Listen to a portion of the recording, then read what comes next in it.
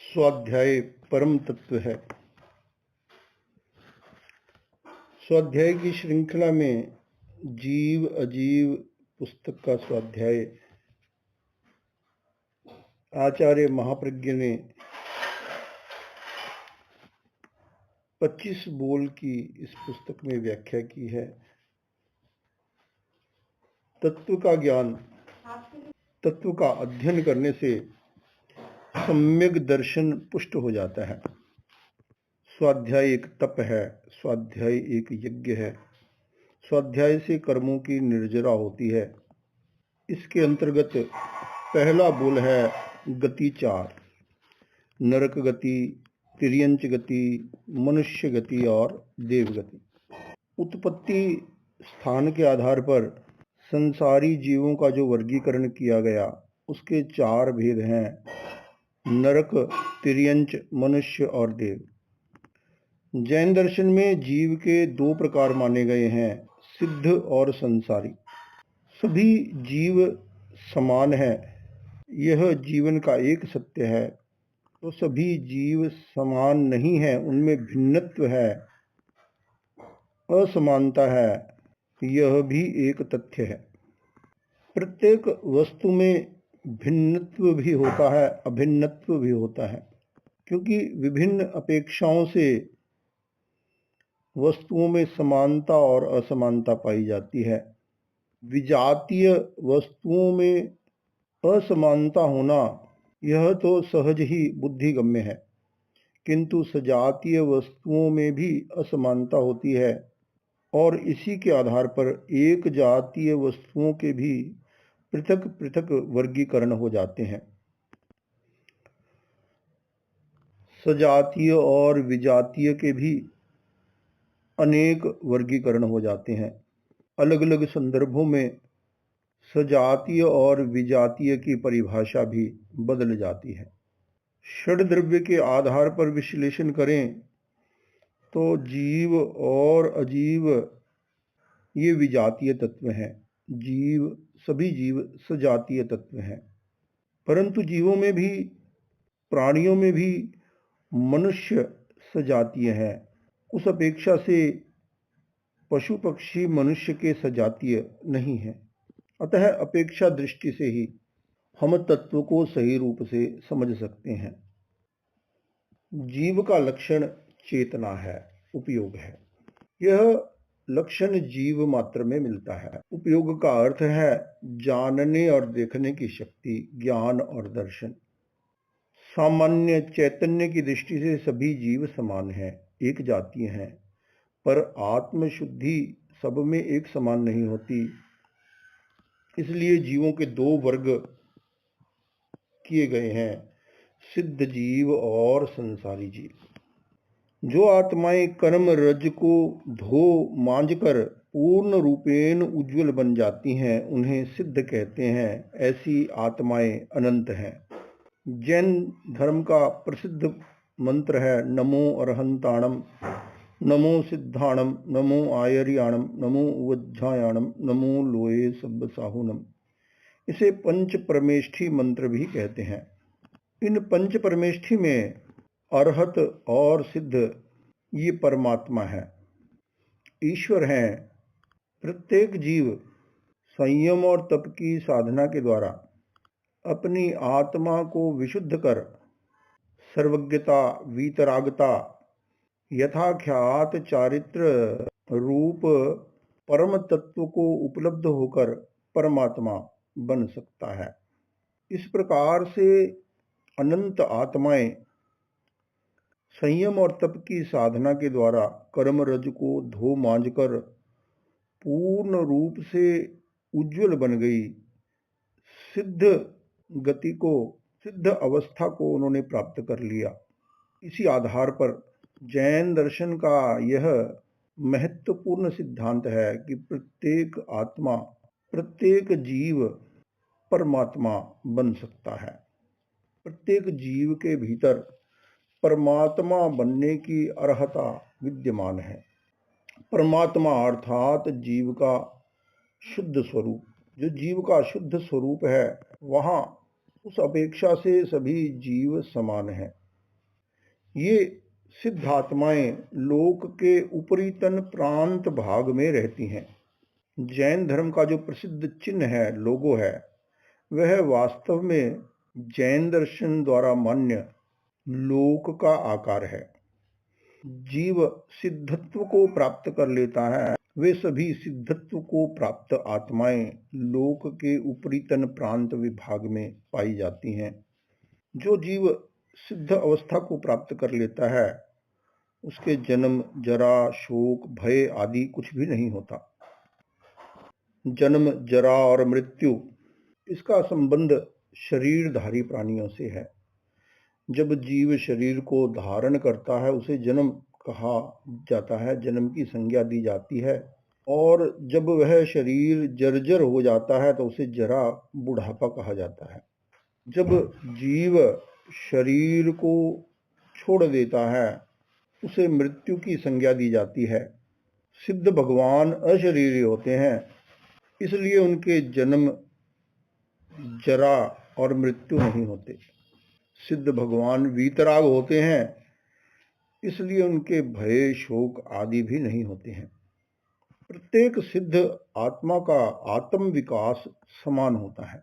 शुद्ध स्वरूप की अपेक्षा से इसीलिए कहा गया कि सब आत्माएं समान हैं। इस अपेक्षा से सिद्धों का कोई भेद नहीं होता। यद्यपि प्रत्येक आत्मा जो सिद्ध अवस्था को प्राप्त है, सबका अपना अपना स्वतंत्र अस्तित्व है, परंतु उनकी उज्ज्वलता, उनकी शुद्धि, उनका ज्ञान सभी का समान होता है, उसमें तारतम्य नहीं होता है। जिस संसारी अवस्था में, चरम संसारी अवस्था में जीव सिद्धत्व को प्राप्त करता है, उस अपेक्षा से सिद्धों के 15 भेद किए जाते हैं। जैसे गृहस्थ के वेश में मुक्ति पाने वाले गृह लिंग सिद्ध कहलाते हैं। जैन मुनि के वेश में मुक्ति पाने वाले स्वलिंग सिद्ध कहलाते हैं। अन्य साधु वेश में मुक्ति पाने वाले अन्य लिंग सिद्ध कहलाते हैं। स्त्री शरीर में मुक्ति पाने वाले स्त्रीलिंग सिद्ध, पुरुष शरीर से मुक्ति पाने वाले पुरुष लिंग सिद्ध, और कृत्रिम नपुंसक शरीर से मुक्ति पाने वाले नपुंसक लिंग सिद्ध कहलाते हैं। इससे यह बात स्पष्ट हो जाती है, मोक्ष प्राप्ति का संबंध किसी संप्रदाय से नहीं है, किसी लिंग विशेष से भी नहीं है। मोक्ष प्राप्ति का संबंध आत्मा की पवित्रता से है, आत्मा की उज्ज्वलता से है। मोक्ष को प्राप्त हो जाना, यह साधना, मोक्ष साधना की लंबी यात्रा का एक अंतिम पड़ाव है।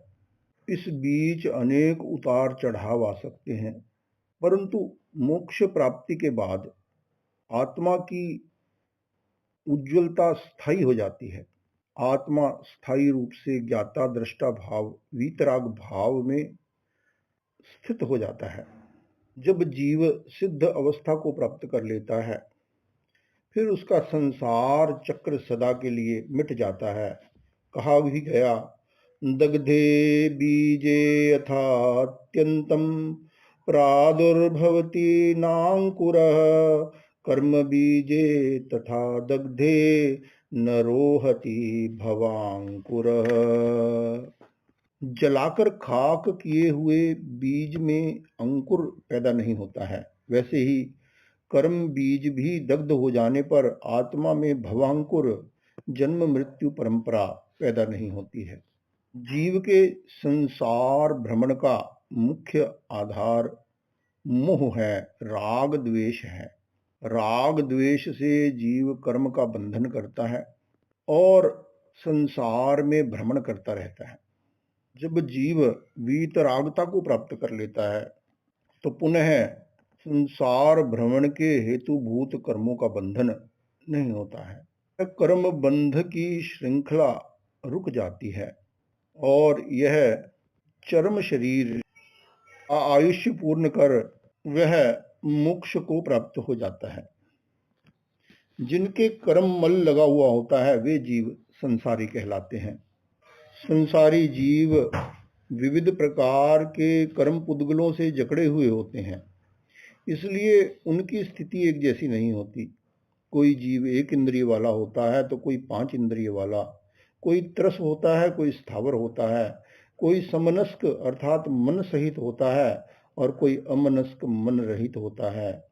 इस प्रकार संसारी जीवों की अनगिनत श्रेणियां की जा सकती हैं।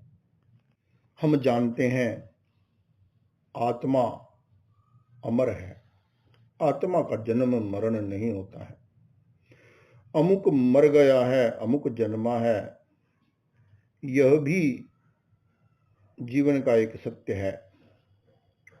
अमर पदार्थ की मृत्यु नहीं होती और मृत्यु हुए बिना कोई पैदा नहीं होता, तो फिर आत्मा का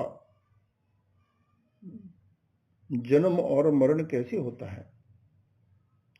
जन्म और मरण से आत्मा का अस्तित्व नहीं मिटता है। जन्म और मरण केवल शरीर को धारण करने और शरीर को छोड़ने की अवस्था को कहा गया है। इस संसार में भ्रमण करने वाला जीव एक जन्म स्थिति से दूसरी जन्म स्थिति को धारण करता है, तब वह पूर्व में धारण किए हुए शरीर को छोड़ देता है और दूसरी जन्म स्थिति में दूसरा शरीर धारण कर लेता है। इस प्रकार संसारी जीवों की मुख्य भव स्थितियां, जन्म स्थितियां मुख्य रूप से 4 प्रकार की हैं। उन्हें 4 गति कहते हैं: नरक गति, तिर्यंच गति, मनुष्य गति और देव गति।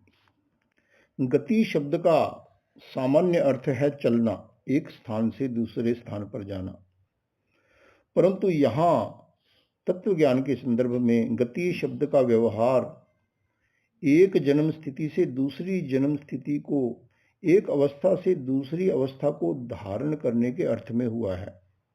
जैसे कोई जीव मनुष्य अवस्था में है तब वह मनुष्य गति कहलाता है। वही जीव वहां से फिर तिर्यंच अवस्था को प्राप्त हो गया अथवा देव अवस्था को प्राप्त हो गया, तो उस आधार पर उसकी गति का निर्धारण होता है। जैसे कोई पशु पक्षी बन गया तो वह तिर्यंच गति वाला कहलाता है। हमारे इस मनुष्य लोक के नीचे 7 पृथ्वियां हैं, उन्हें नरक कहा जाता है। उनमें उत्पन्न होने वाले जो जीव हैं वे नरक गति वाले जीव कहलाते हैं। जीव अपने पाप के कारण, अपने दुराचरण के कारण, दुष्कृत्यों के कारण पाप कर्म का अर्जन कर लेता है। जब कोई अत्यंत क्रूर कर्म करता है, कोई प्रचंड दुष्कृत्य करता है, तो उसे भोगने के लिए वह नरक गति में उत्पन्न होता है। देव अवस्था को देवगति कहा जाता है। जैसे जीव अपने दुष्कृत्य का फल अपने अर्जित कर्म के अनुसार भोग लेता है, वैसे ही जो व्यक्ति सुकृत करता है उसे अपने सुकृत के अनुसार जो वह सत्कर्मों का अर्जन करता है, शुभ कर्मों का अर्जन करता है, उसके अनुसार वह सद्गति को प्राप्त हो जाता है।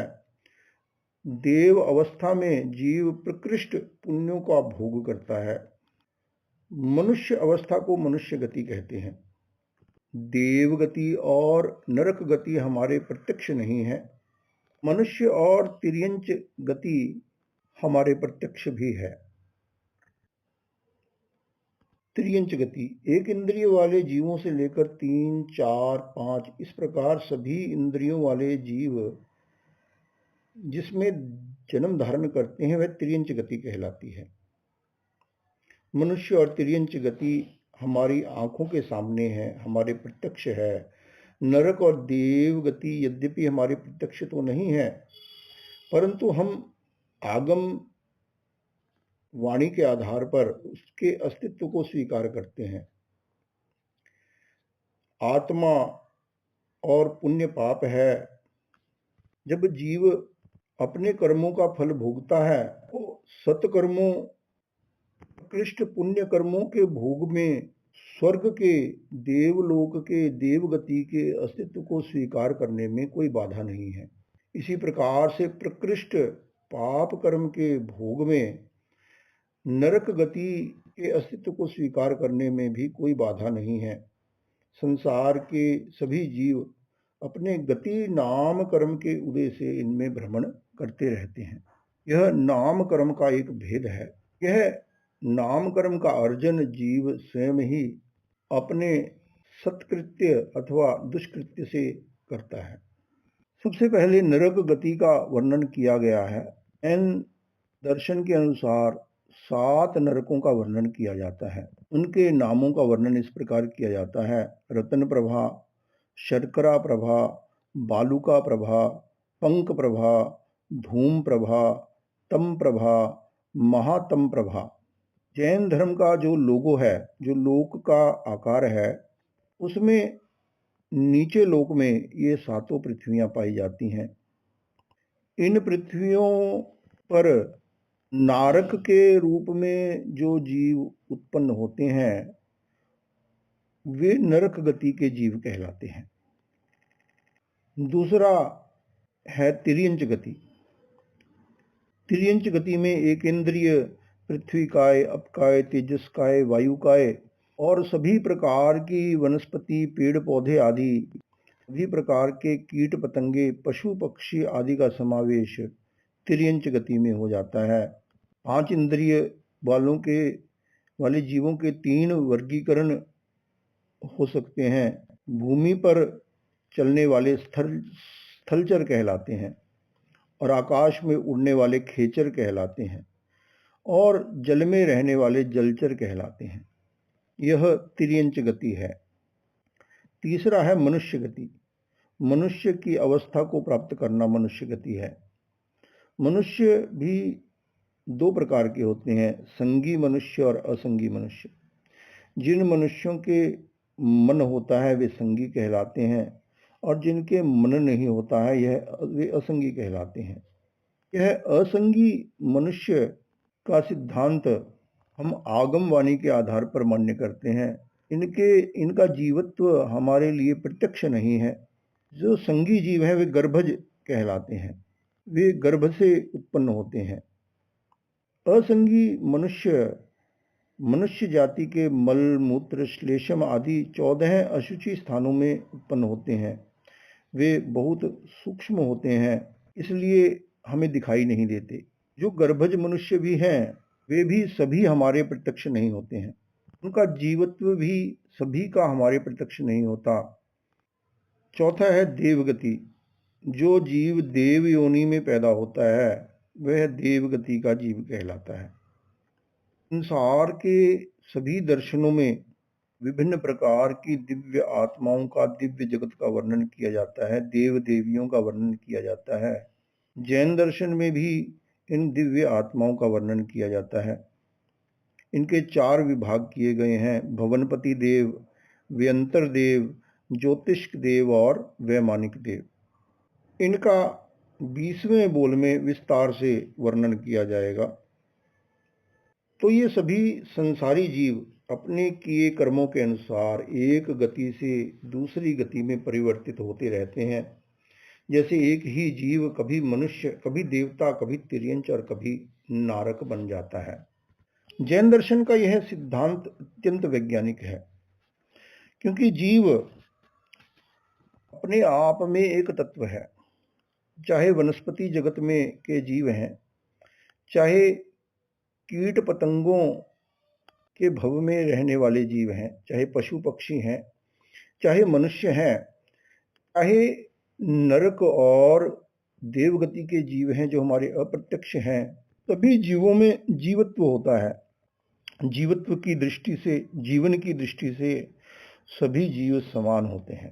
जीव जैसा शुभ कर्म करता है अथवा अशुभ कर्म करता है, उस आधार पर वह जीव की विभिन्न पर्यायों में उत्पन्न होता रहता है।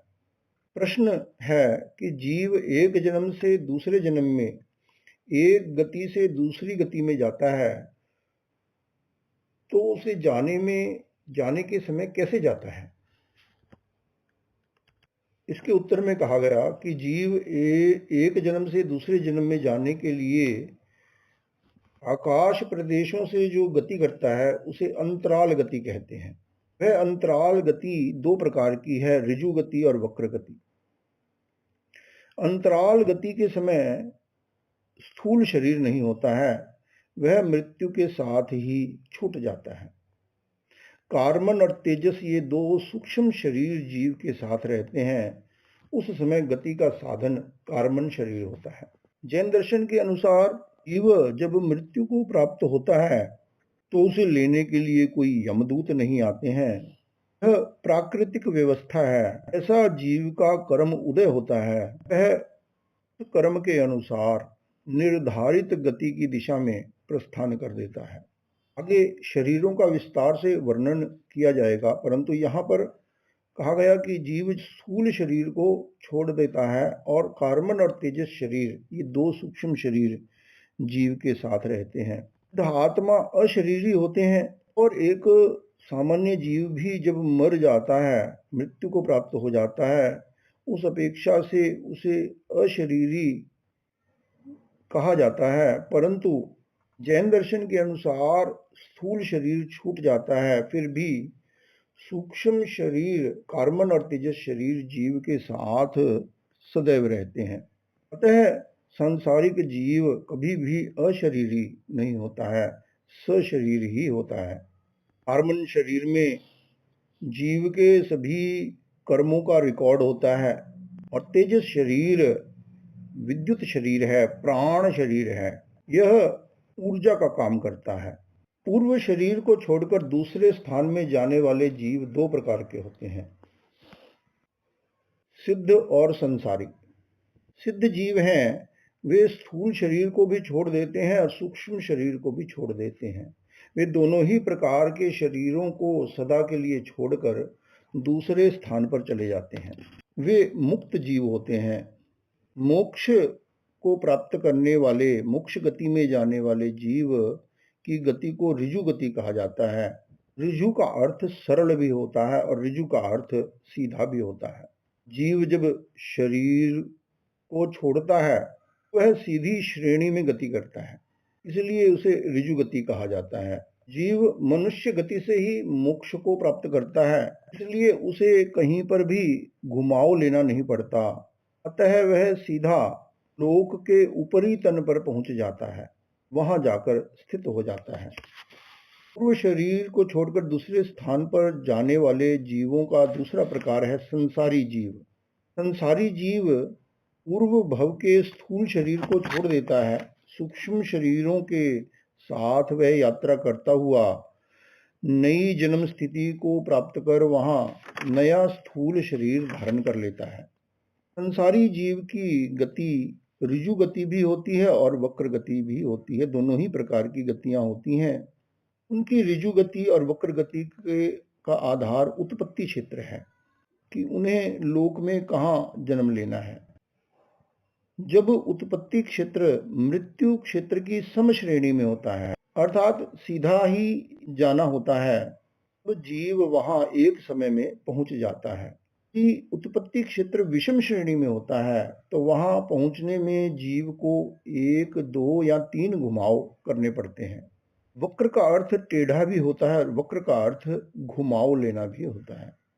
जो जीव लोक में वहां से वे मृत्यु को प्राप्त होते हैं, उससे विषम श्रेणी में उत्पन्न होते हैं, विषम श्रेणी के स्थान पर उत्पन्न होते हैं, उनकी गति को वक्र गति कहते हैं। ऋजु गति से स्थानांतर करता है जीव, उसे कोई नया प्रयत्न नहीं करना पड़ता। वह पूर्व शरीर को छोड़ता है, तब उस पूर्व शरीर से उत्पन्न उसे वेग मिलता है। वह धनुष से छूटे हुए बाण की तरह सीधे नए स्थान पर पहुंच जाता है। वक्र गति घुमाव वाली होती है। इसमें घूमने का स्थान आते ही जो पूर्व देह जनित वेग है वह मंद पड़ जाता है और सूक्ष्म शरीर कार्बन शरीर द्वारा जीव फिर नया प्रयत्न करता है। इसलिए इसे कार्बन योग कहलाते हैं। इसलिए इसे कार्बन योग कहा जाता है। घुमाव के स्थान में जीव कार्बन योग के द्वारा नया प्रयत्न करके अपने गंतव्य पर पहुंच जाता है। अंतराल गति का जो कालमान है, जघन्य 1 समय है और उत्कृष्ट 4 समय का है। यह समय जैन दर्शन के अनुसार बहुत ही सूक्ष्म होता है।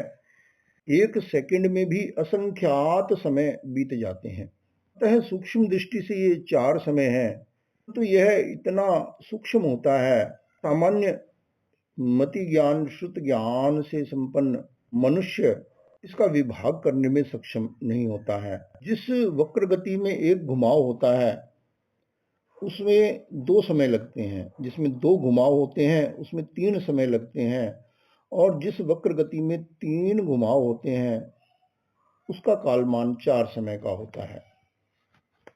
इस आधार पर हम ये समझ सकते हैं कि जैन दर्शन के अनुसार जीव मृत्यु के बाद तुरंत ही नया शरीर धारण कर लेता है, जीव की नई पर्याय धारण कर लेता है। अतः मृत्यु के बाद जीव की सद्गति करवाने का कोई अवकाश नहीं रहता है। जीव अपने मरने से पहले ही यह निर्धारण कर लेता है कि उसे कहाँ उत्पन्न होना है। यह निर्धारण उसके कर्मों के आधार पर होता है। कोई देव देवी या परमात्मा इसका निर्धारण नहीं करते हैं। यह एक प्राकृतिक व्यवस्था है। मोक्ष गति में जाने वाले जीव अंतराल गति के समय पूर्ण रूप से अशरीरी होते हैं, उनके सूक्ष्म शरीर भी नहीं होता, अतः उन्हें आहार की आवश्यकता नहीं होती है। आहार की आवश्यकता शरीर को होती है। आत्मा आहार नहीं लेता है। शरीर के सम्यक संचालन के लिए, पोषण के लिए, शरीर को ऊर्जा प्रदान करने के लिए पौद्गलिक आहार शरीर ग्रहण करता है। आहारी जीव के सूक्ष्म शरीर होता है, तो ऊर्जा प्राप्त करने के लिए उन्हें आहार की आवश्यकता होती है, पौद्गलिक आहार की अपेक्षा होती है। ऋजु गति करने वाले जीव जिस समय में पहला शरीर छोड़ता है उसी समय में दूसरे जन्म में उत्पन्न हो जाता है और वहां आहार कर लेता है। किंतु 2 समय की 1 घुमाव वाली और 3 समय की 2 घुमाव वाली और 4 समय की 3 घुमाव वाली वक्र गति में अनाहारक स्थिति भी पाई जाती है। जैसे ऋजु गति वाले जीव का एक ही समय लगता है तो वह अनाहारक होता है। वक्र गति वाले जीव को जिसे 2 घुमाव लेने होते हैं उसका पहला समय अनाहारक होता है और दूसरा समय आहारक होता है। इसी प्रकार जिस जीव को 3 समय लगते हैं, 2 घुमाव लेता है, उसका पहला और दूसरा समय अनाहारक होता है, तीसरे समय में वह आहार ग्रहण कर लेता है। इस प्रकार जिस जीव को 4 समय लगते हैं वह 3 घुमाव लेता है, उसका दूसरा और तीसरा समय अनाहारक होता है, पहला और चौथा समय आहारक होता है। यह 25 बोल में प्रथम बोल गति 4 नरक गति, तिर्यंच गति, मनुष्य गति और देव गति का वर्णन है। इसमें जगत के समस्त संसारी जीवों का समावेश हो जाता है।